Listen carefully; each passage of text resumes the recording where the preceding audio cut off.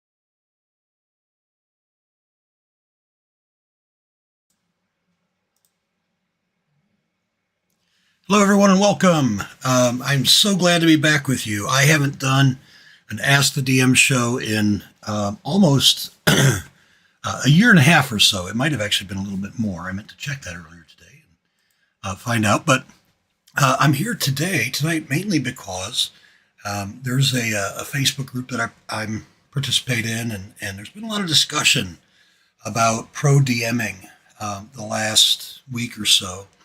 And one thing I've noticed is that over the last 3 or 4 years, the general sense of the community has really been very, very positive in terms of the concept of the pro DM, and it's a lot different than when I started in January of 2021. And I've been doing this now full time since then. Well, since early February it was full time, but started doing it in January of 2021 during the pandemic. And at that time, there was a lot of criticism and skepticism about pro DMing.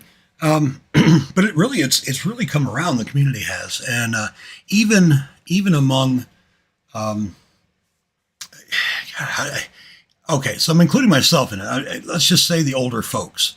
I want to say it in such a way that, I'm referring to myself, to my own demographic. Say it in such a way that, sorry about that. Referring to my own demographic. So it's not like I'm talking about somebody else, but, my crowd, we're sometimes a little slow to adapt to new things.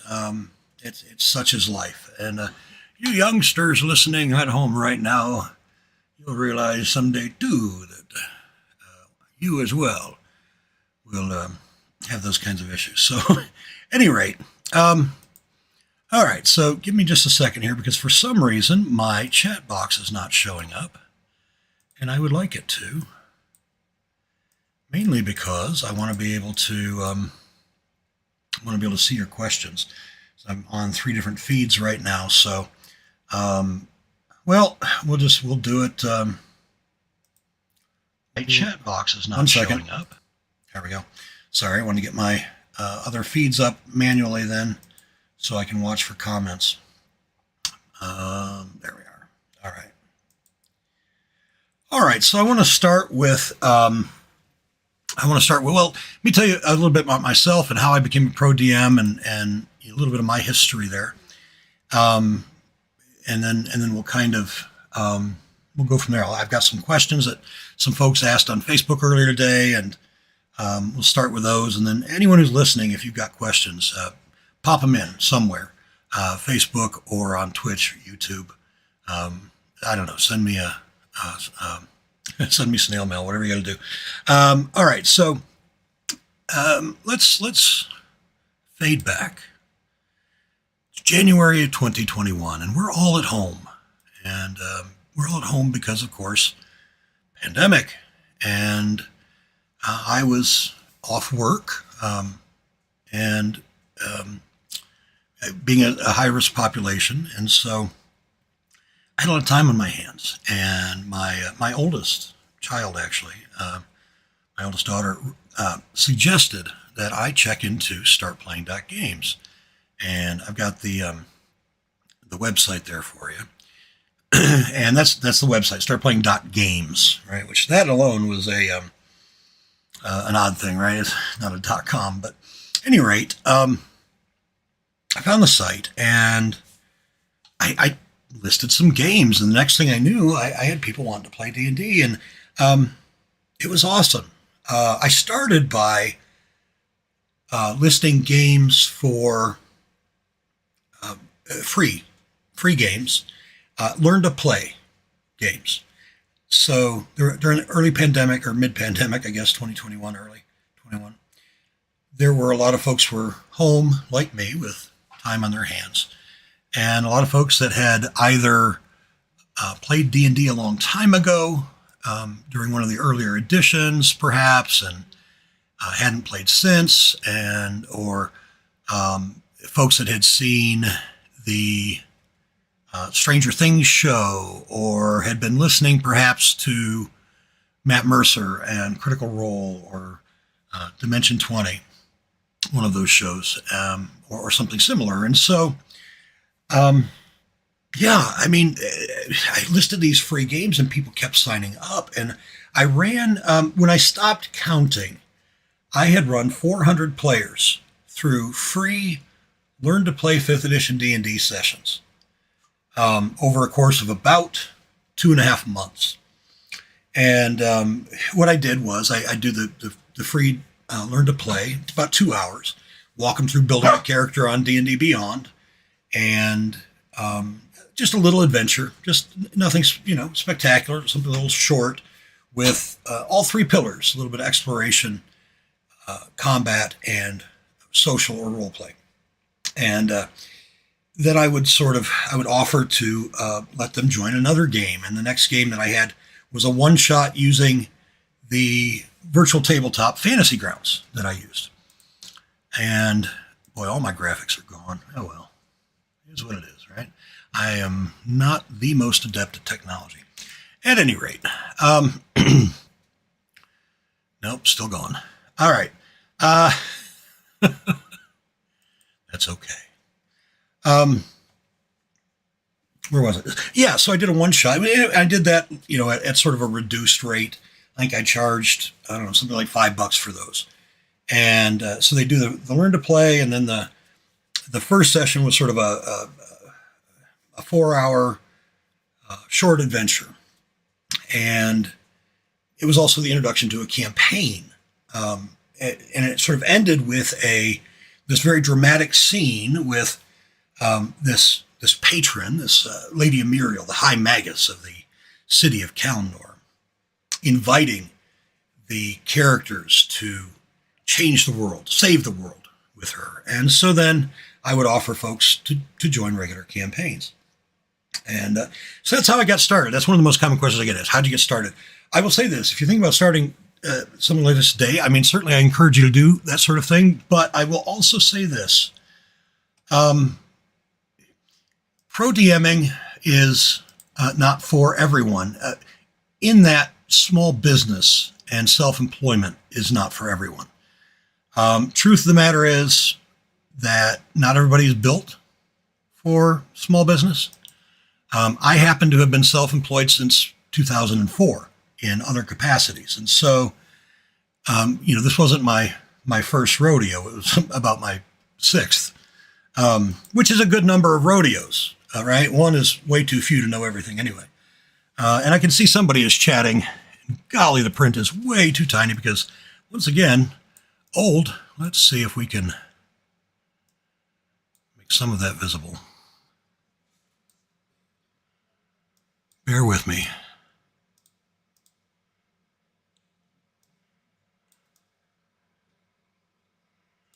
All right, here, let's try that at least. I don't know why the chat box is not showing up like it's supposed to. So, hello, by the way, to Sean and Matt, both commenting. Let's start with the questions. I'm going to start with the ones that we've got from Sean and Matt right now. What's your favorite campaign setting to play or to DM? Well, to play, I love playing in the Forgotten Realms. The Forgotten Realms, I've been playing in and running D&D in the Forgotten Realms since the mid 1990s, and I love what Ed Greenwood has done there. Ed's a hero of mine, and just a nice guy. If you've ever met him at conventions or in any other capacity, you'll know he's just a nice guy. He's amazing because he's this mild-mannered Canadian librarian. 361 days out of the year, and but at Gen Con, right, he is a superstar. You can't walk through the hall without somebody coming up and thanking him for the Forgotten Realms. So I like to play as a player in the Forgotten Realms. I like to run in the Forgotten Realms too. I feel like it's great that 5th edition treats the Forgotten Realms as its core setting. I'd like to see, as time goes on, I'd like to see us move a bit eastward from the Sword Coast, get into the Heartlands and maybe the Dale Lands, and maybe even one day get all the way over to Thay. But for now, the Sword Coast is great. So the other campaign setting that I like to, I love Dark Sun. I'll run Dark Sun for everybody. There's not a whole lot of demand for it. Dark Sun is probably one of my favorite campaign settings as well. I really love running in my custom campaign setting, and I say mine. It's not mine. It's a shared campaign setting. About 20 or 30 folks have put effort into this setting over time. It's called the Obsidian Shards setting, and so I can't take credit for it. I sort of collate the information and keep it keep it organized. But Cormyr, exactly, Sean. Let's get some Cormyr. Anyway, so the Kalimnor setting, the Obsidian Shards setting, I really enjoy that one, partly because I've put a lot of my heart and soul into it over the years in my own design, and I know it as well as I know the Forgotten Realms, better than I know the Forgotten Realms. And so that makes it in some ways easier to run. It's funny because folks will ask, or folks will talk about pro DMing, and those who have not paid for a DM before will say something to the effect of, well, I wouldn't pay for somebody to run an adventure, published adventure. Or to run in the Sword Coast. I want them to run something of their own. Well, that's great, but here's the thing. And if you've DM'd for a very long time, you'll understand. DMing in somebody else's setting takes a lot more work than DMing in your own, because there's canon to consider. You're not bound to it, right? But it's at the very least, it's worth considering. So, long answer to a short question. Let's keep going. What are your thoughts on a level 20 plus campaign? So epic levels is something D&D has never done right. Even in 4th edition, which was my favorite edition, and I just watched my my viewer count and my subscribers just dropped. Anybody still there? Hello? No. Even 4th edition did not do epic that well. Frankly, above about 15th level, give or take, depending on the edition, things get a little wonky. I love the idea, but at this point, I haven't done anything past level 20 in 5e, partially because I'm not a game designer, and I have no desire to make up my own rules. And there are folk who are much better at it than I am. I've looked at a couple of the supplements out there for adventuring at epic levels in 5th edition, but not at length. I have a campaign, a group. My Sunday afternoon group are probably in the next 3 or 4 months going to finish up their second campaign. I think 4 of the players have been with me now through level 1 to 20, or will be 20 here in a couple of months. And I think I might ask them if they want to play high level past 20. All right. Let's see. All right. All right. 2015 was a weird epicenter for D&D comparatively. New players versus grognards. Who are your main clients? Not sure I understand the first part of that question, but the second part I absolutely can answer. So my clients, average age is about 40. I'm 52. I do have clients as young as 8 years old. I have a couple of families that I run games for. My pickup games, the games that I've assembled that aren't private groups that have hired me, I have folks in their 20s up through their 60s. And but the average is probably about 45. It skews a little older. There are enough younger, hipper DMs on Start Playing that sort of draw in the younger folk, and I don't begrudge them that. I love playing with the younger folks. I love playing with new players, especially. Which is why when I first started doing this, I was able to do 400 players through Learn to Play. The enthusiasm and interest that they bring, and they're not old and jaded, unlike everybody in the Ancient Dungeons & Dragons players group. Hey guys, no, nothing like that at all. You guys are fine. I would say 10% of my client base have played D&D all the way through since they were kids. I would say probably at least half have played, have had played earlier edition, maybe 10, sometimes 20 or even 30 years ago, and just came back in the last 2 or 3 years. And then there's a few that sort of are somewhere in between in terms of how when they started. So, yeah, I get about 10% grognards. Grognards for you young folk is what we old D&D players refer to ourselves when we're being grouchy. All right, so home forge versus company setting. Can you sell home forge as playing official material take preference? So I mean the home. And I hate the word homebrew because it's confusing. When we talk about homebrew, we can talk about rules, or we can talk about content or flavor, and those are two very different things. Flavor, content, I'm great with. I enjoy doing it, and I feel like I do okay at it. I'm not Ed Greenwood, but I do fine. I do all right. And but then rules, I have no desire to try and reinvent the wheel. I'm not a tinkerer. It's not my bag, baby. So I always use the word. I like to use the word custom when I'm talking about. If I'm not talking about a rule, rules are homebrewed.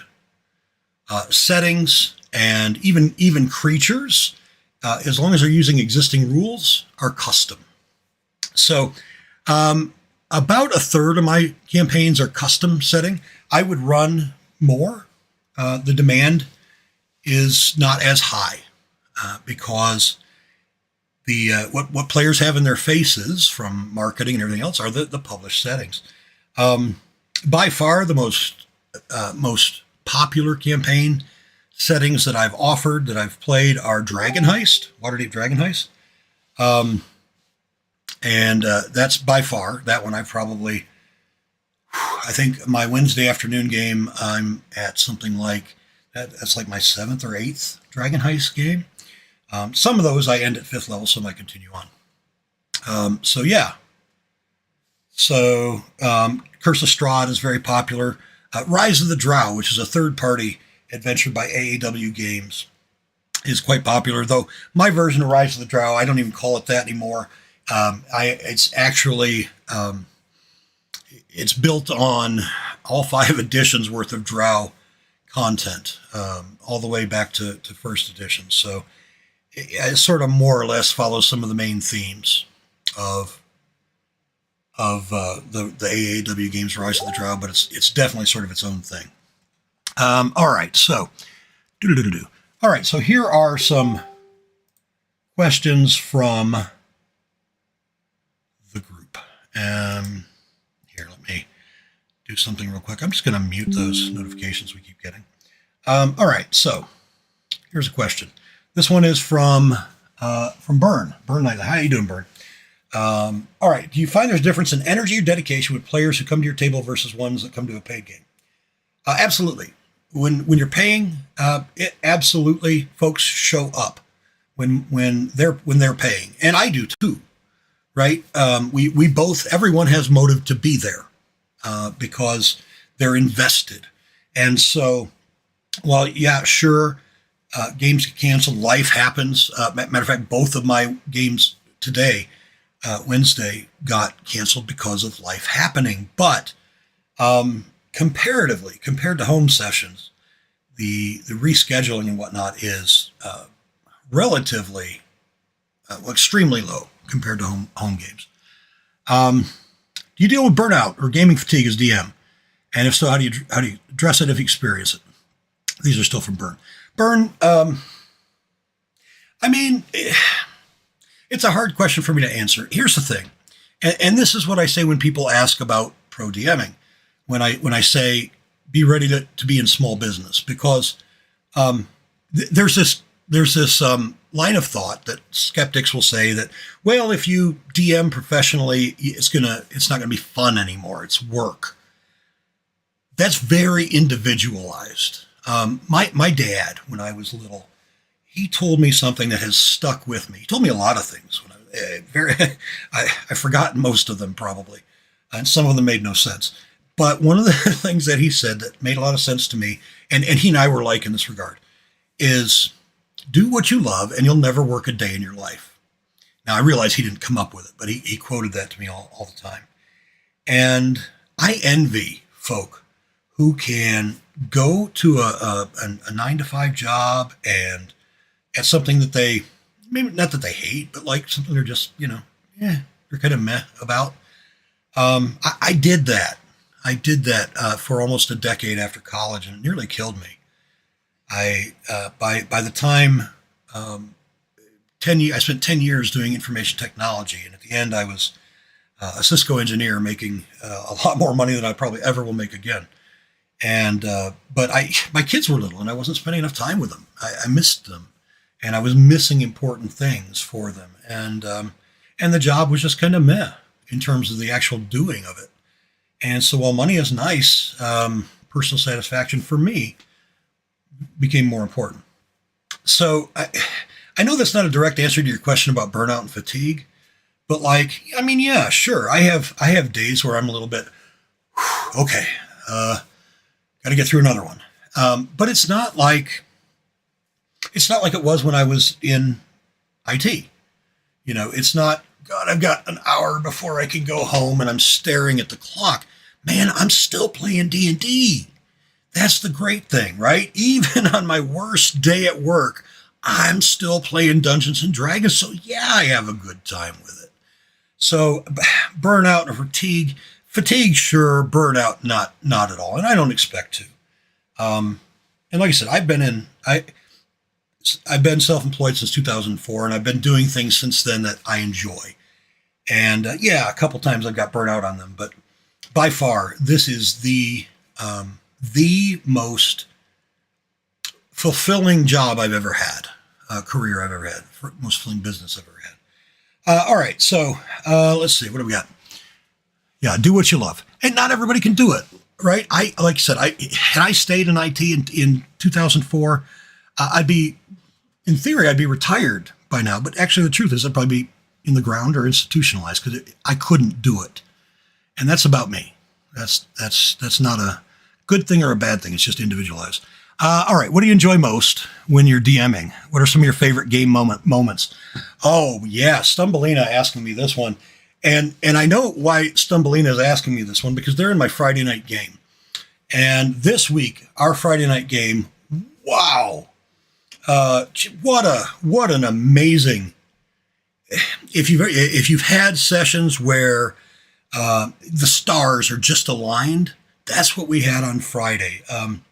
This group, it's a Spelljammer campaign, and they crashed on this rock, and there's it's supposedly the legendary birthplace of the Eladrin, of the elves, and so they go through, and they'd face these elemental challenges, and they come to this clearing, and this ancient elfin council, which no longer actually exists anymore, sort of speaking to them from the past, and I had written this narrative that was it gave me chills when I read the narrative that I wrote, and that doesn't happen a lot. I'm an okay writer. I'm not Ed Greenwood or Bob Salvatore, or certainly not somebody even of a higher caliber.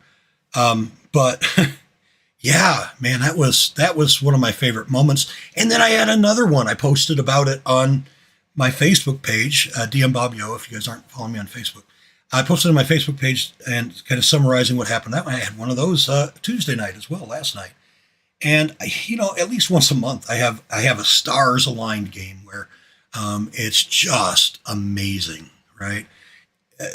Every game, I enjoy every game, but if you play D&D for more than 10 minutes, you know that not every session is amazing. Some are fun. Some are I try not to have any right? Because folks are paying to be there. So I try to make sure that the sessions are at least fun. But, not every session can be an ace. We're not scripted, right? Like Critical Role or Dimension 20. Or what's the one my son likes so much? The Brothers, whatever it is. Anyway, Adventure Time, maybe? No, I don't know. The people that made it, I'll ask him later. Anyway, so yeah, Stumbleina, certainly one of my favorite moments this year was our Friday night game. So I'm glad you asked that one. All right. Mechanically, should you join Start Playing Games on how to do it? Yes, you should, either to play or to DM. I would highly recommend first playing a game or two, just a one-shot. McElroy's, yes. Thank you, Sean. The McElroy's. I would recommend playing in at least a one-shot. And what I'll do is on my Facebook page, I'll post a link. You can get $10 off credit. I'm not going to worry about trying to dig through it now.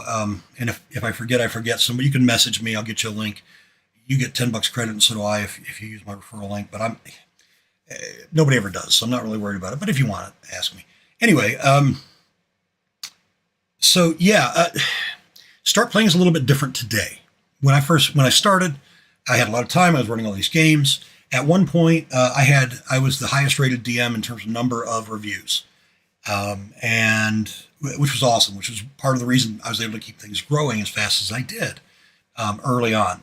A couple things have changed. They changed the way they did reviews. They no longer counted each individual review. They just counted it by person. So I had clients that would leave for reviews every week, and so I think the number that I had was something crazy like 900 reviews when they flipped the switch. And so now I'm at, I don't know, what am I?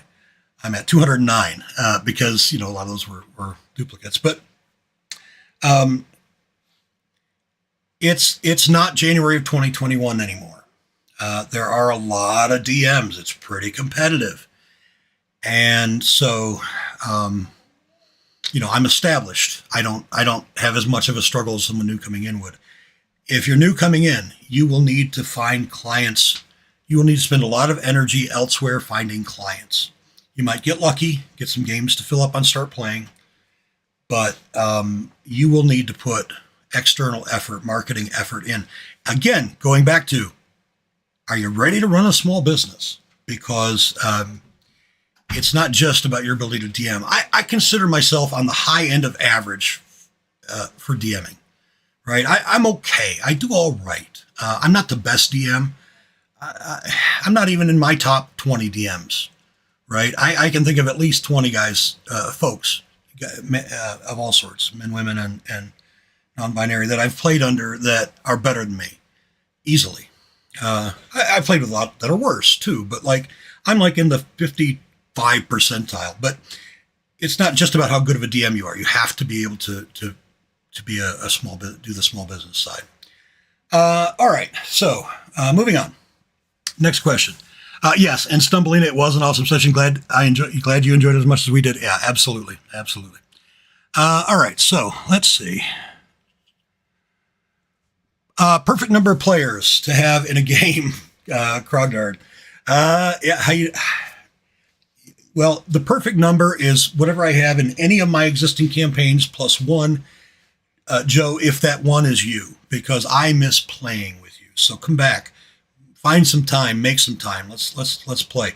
But so it depends on a lot of things. It depends on play style of the group. It depends on the particular game that you're playing. If you have an adventure like Dragon Heist, which tends to lean heavier on, in general, on the role play side than say the combat side, lower is better. I list all my games at 5 to 7 players. I'll start a campaign with 4 if that's all I can get. I prefer to start with 5 just because I'm not everybody's cup of tea, and not all players get along with each other either. So I'm making you cry. Yes, I am, Joe. Not everybody's playstyle jives, right? And so I'd say one out of every 3 campaigns, I'm going to lose a player in the first 3 weeks. Some folks just decide that it's not for them. Maybe they've never played online before. So at any rate, so my ideal number is probably, I would say, is 6. 7 is manageable. 4 is getting down there where it's almost not quite enough. 5 and 6 are near perfect. All right, so I'm going to skip over back to one of the questions from the Facebook group. Let's see here. All right, what are the common online courtesies to observe? Online courtesies to observe: muting mic, eating on cam, interruptions. How do you deal with them when they arrive? I have a in my Discord channel. I have a what's it called? I don't know.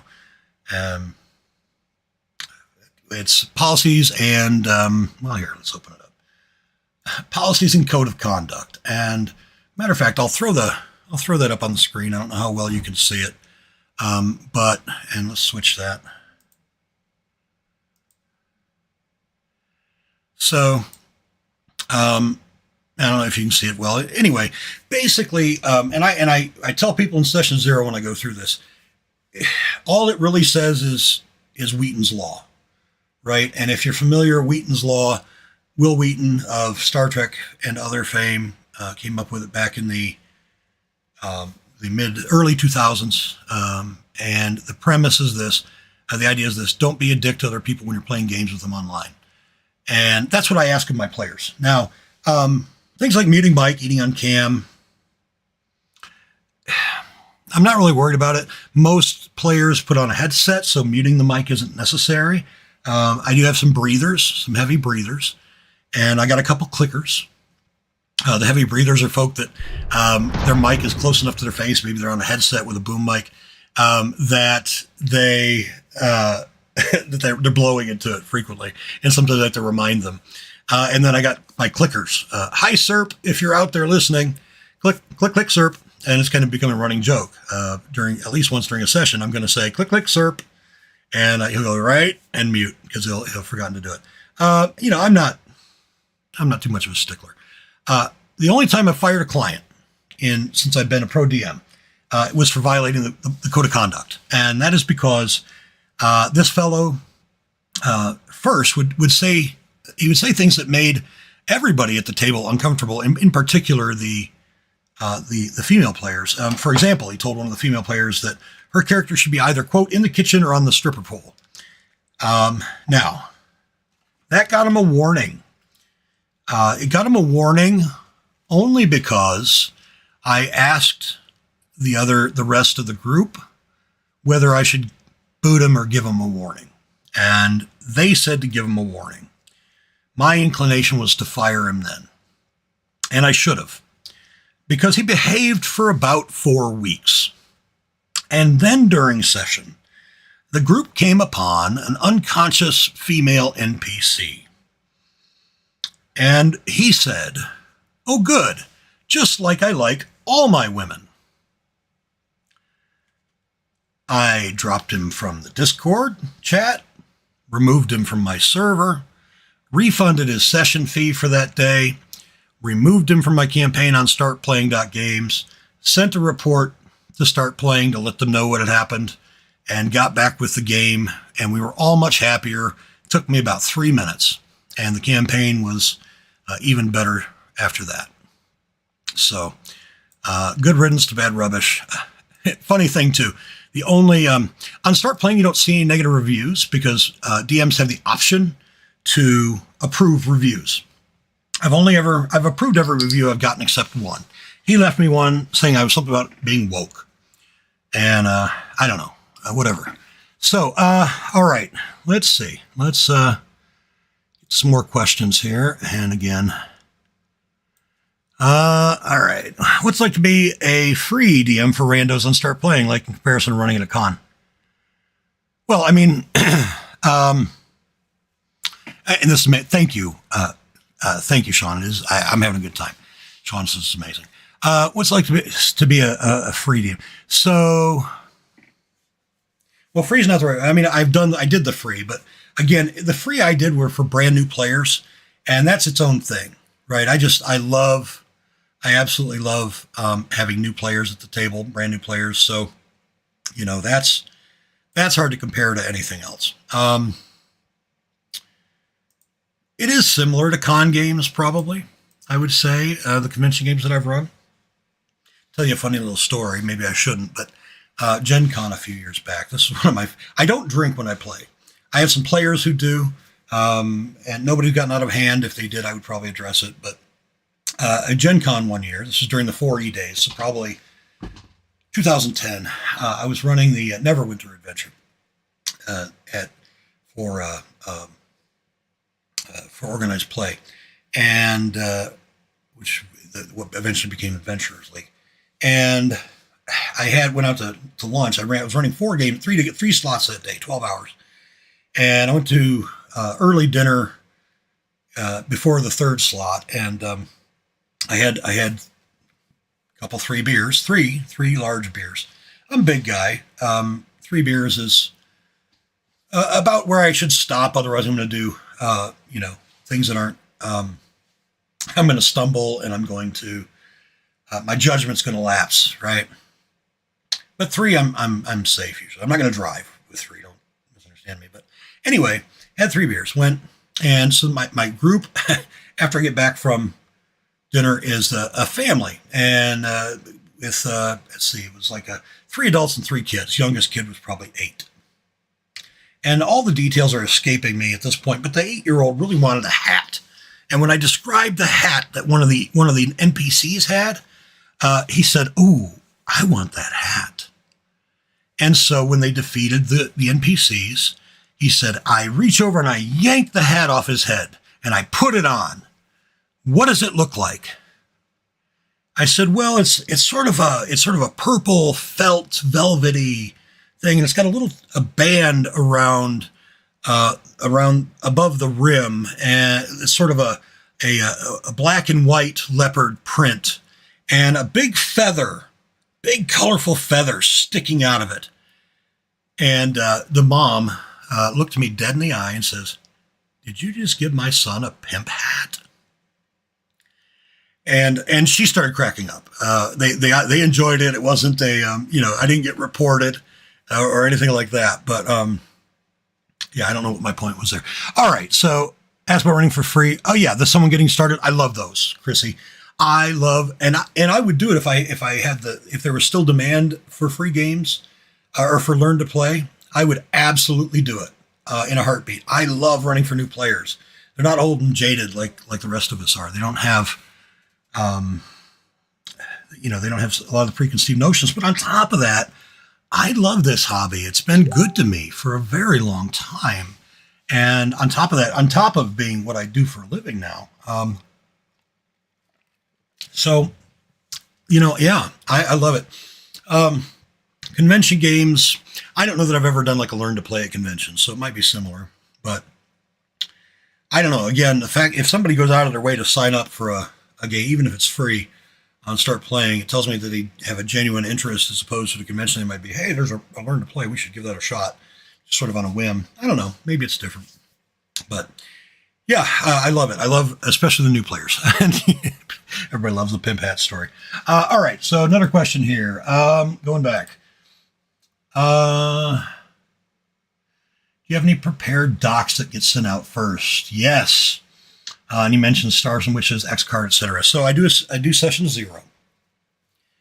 And Session 0 is our first game. About an hour and a half or so is the Session 0 stuff. I cover policies and procedures, and we talk about the campaign and what kind of... yes, I do see that, Sean. I'll get that one. I forgot you asked that earlier about other games. I'll come back around to that. Anyway, so Session 0, we do policies and procedures. We talk about what kind of campaign they want in terms of themes. We talk about where they'd like the tactical dial. If you played 5th edition, with 5th edition D&D, you can sort of, there are options that you can turn on or off that make combat more tactical, more or less tactical. So we go through that, and we also cover safety tools. Now, I use a series of safety tools. First thing I use is Monte Cook's Consent in Gaming Checklist, and you can just Google it. You can find it. I think he's got it on. I want to say one of the. I don't know if it's on DM's Guild, but it's on the other one, the whatever it's called. It's the other side of DM's Guild. Isn't just D&D stuff. Anyway, it's a list of all various things that. Content areas that might be troublesome to somebody, might be problematic, that might be triggering from trauma or something along those lines. And players can fill them out. And there's a green column for yes, this is fine. There is a yellow column for it might be okay. We should probably talk about it. And it probably needs to happen off stage. And there's a red, like this is out of line. And the example I always give my players is that sexual assault will always be a red at my tables. It is not a content area we are ever going to explore at one of my tables. It just is not a thing. Sure, it happens in the world, but that is not going to be a topic of that the adventurers are going to encounter. It's fine if it's part of a character's background, nothing like that, but it's never going to be a plot device. For lots of reasons. I don't go into all of it, but so I use the Monte Cook's Consent and Gaming Checklist. I also inside Fantasy Grounds have I have an extension that gives buttons. There's a yellow button, and you hit the yellow button, and it doesn't tell who did it, so I don't know who did it. None of the other players do.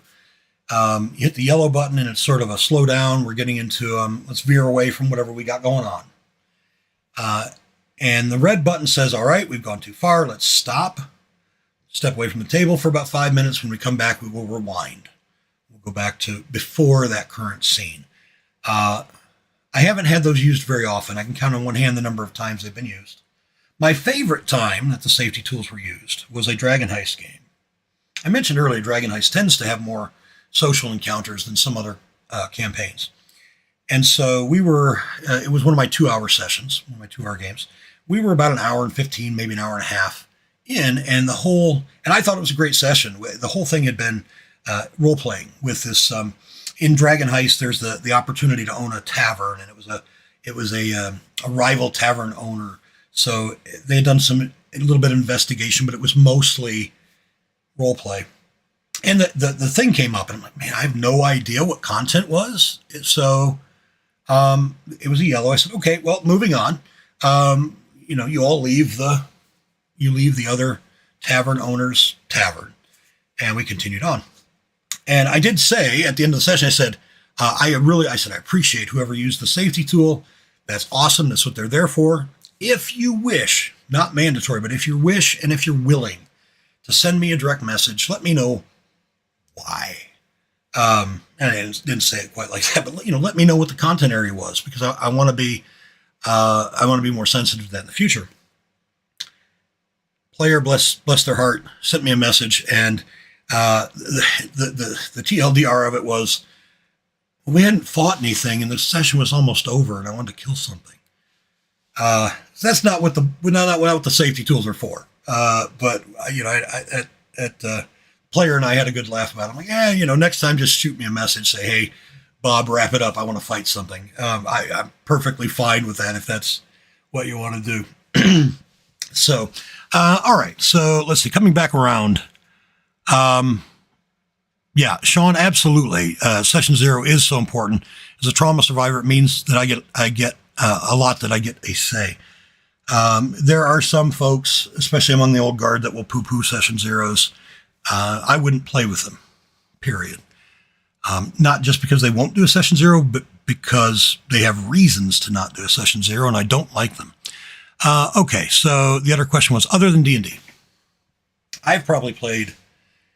I tried to answer this question for myself about a month ago. I think over the past 40 years, I've probably played upwards of 100 different RPGs. And that includes, one-shots at conventions.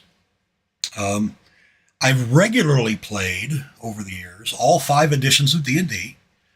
I've regularly played, I've played in a vampire campaign, a couple of different vampire campaigns, one during the dreaded Requiem days, which I loved, and one also during Vampire the Masquerade. I ran a hell of a lot of Pathfinder for about 3 years, first edition Pathfinder. I didn't run Pathfinder until after 4th edition was no longer being published, though. That's a story for another time. The Edition Wars, let's just say, and those of you that are listening from the group know that I quote this all the time, the scene from Firefly where the soldier, the administrator from the excuse me, is talking to Captain Malcolm Reynolds and talking about Serenity. Wasn't that the Battle of Serenity and blah blah blah? And he said, "Funny that you would name your ship for a battle or something about that you were on the losing side of." And the line that he uses is, "May have been the losing side. Still not convinced it was the wrong one."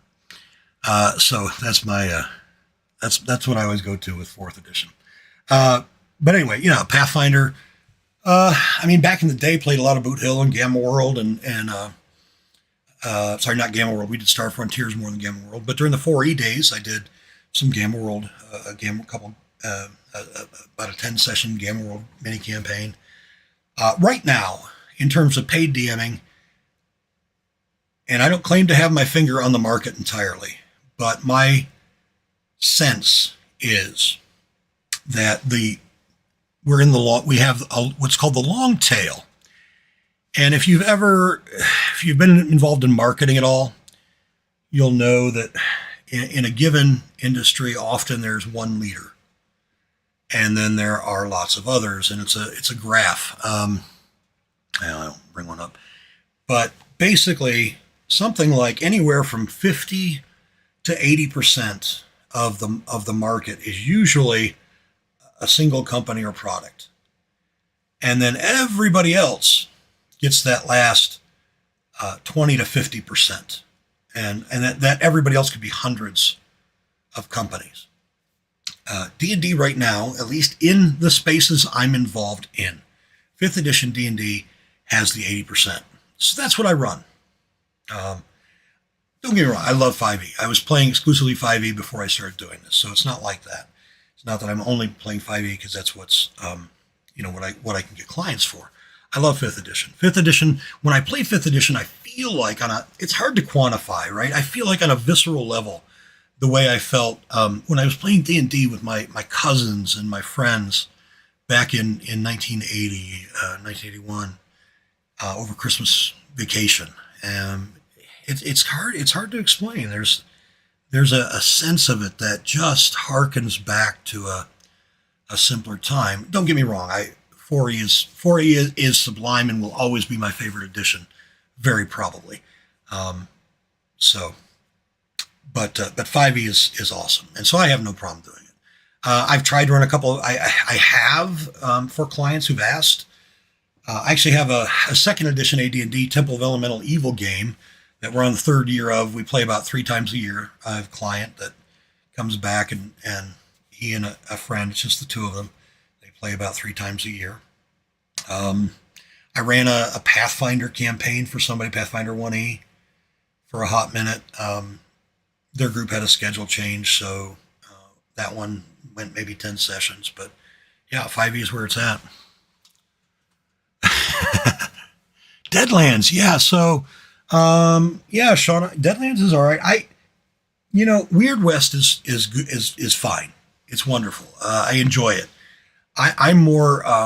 I grew up watching westerns with my dad, John Wayne, and then later even the spaghetti westerns from the 70s, Clint Eastwood, and so on. But like Rio Bravo is one of my favorite movies, and if you're a DM listening to this and you've never watched Rio Bravo, go find that movie, the John Wayne movie, Rio Bravo. It's a Howard Hawks film, and Howard Hawks. John Huston did that one. Anyway, one of those two. Howard Hawks, I'm 90% sure. Anyway, yeah, Rio Bravo. Go see it. It is a great film. I've used that concept, the idea of the party is sort of enclosed and being encroached from every side by relentless, unfeeling, uncaring evil is the premise of that movie. John Carpenter's film Assault on Precinct 13 is the same kind of thing. And when I was in grad school, I had a professor that that sort of offhand remarked once, and it stuck with me.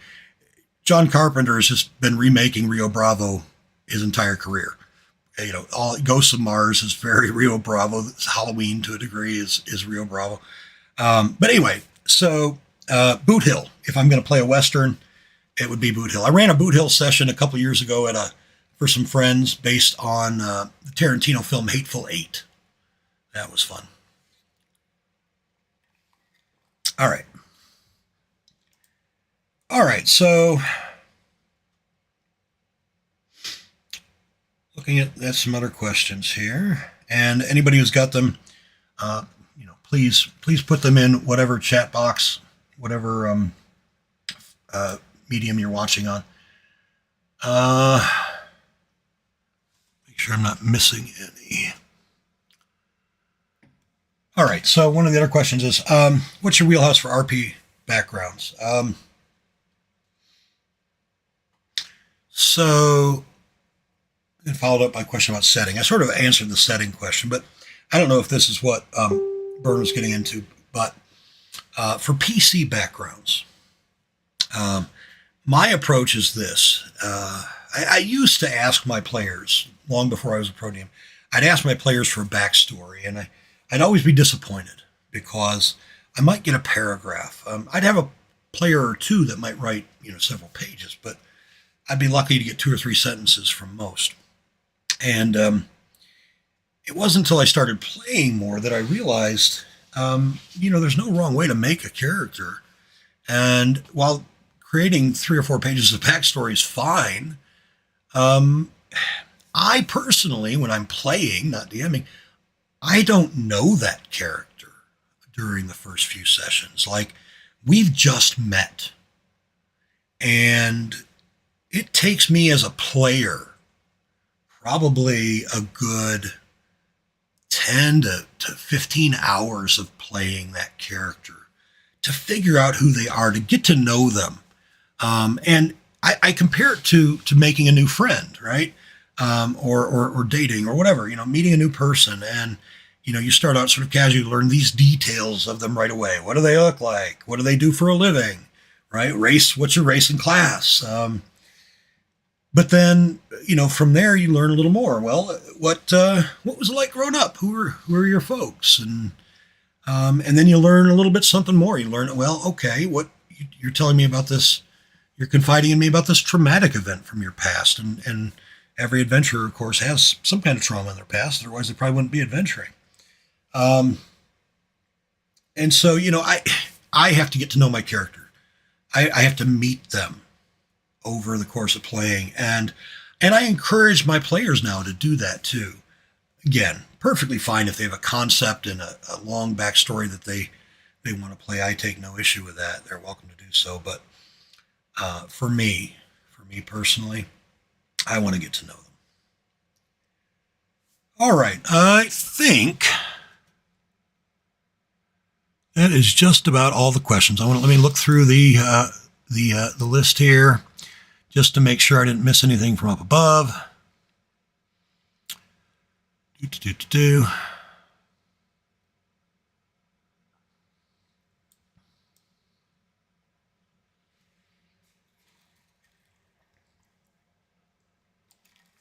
So I think I've got all the questions. And if anybody has any more, add them. That's fine.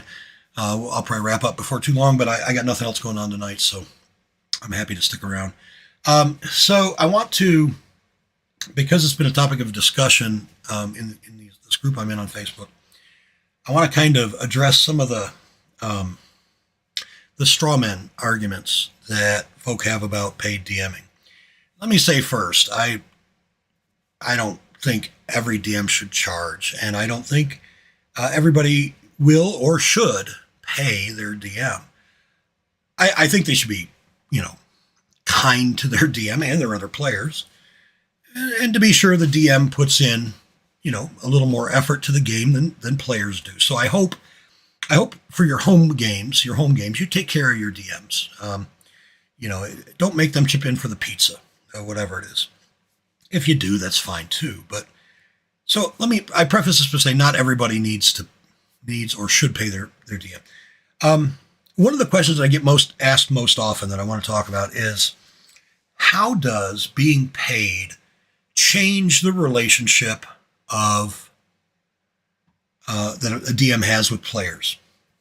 And I would compare that in some ways to a convention relationship, except at a convention you're doing a one-shot.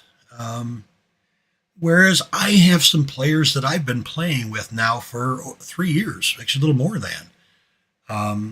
Players that have been with me since almost the beginning. And those relationships are a little bit different than players at a convention game. And they're both different than players in my home game.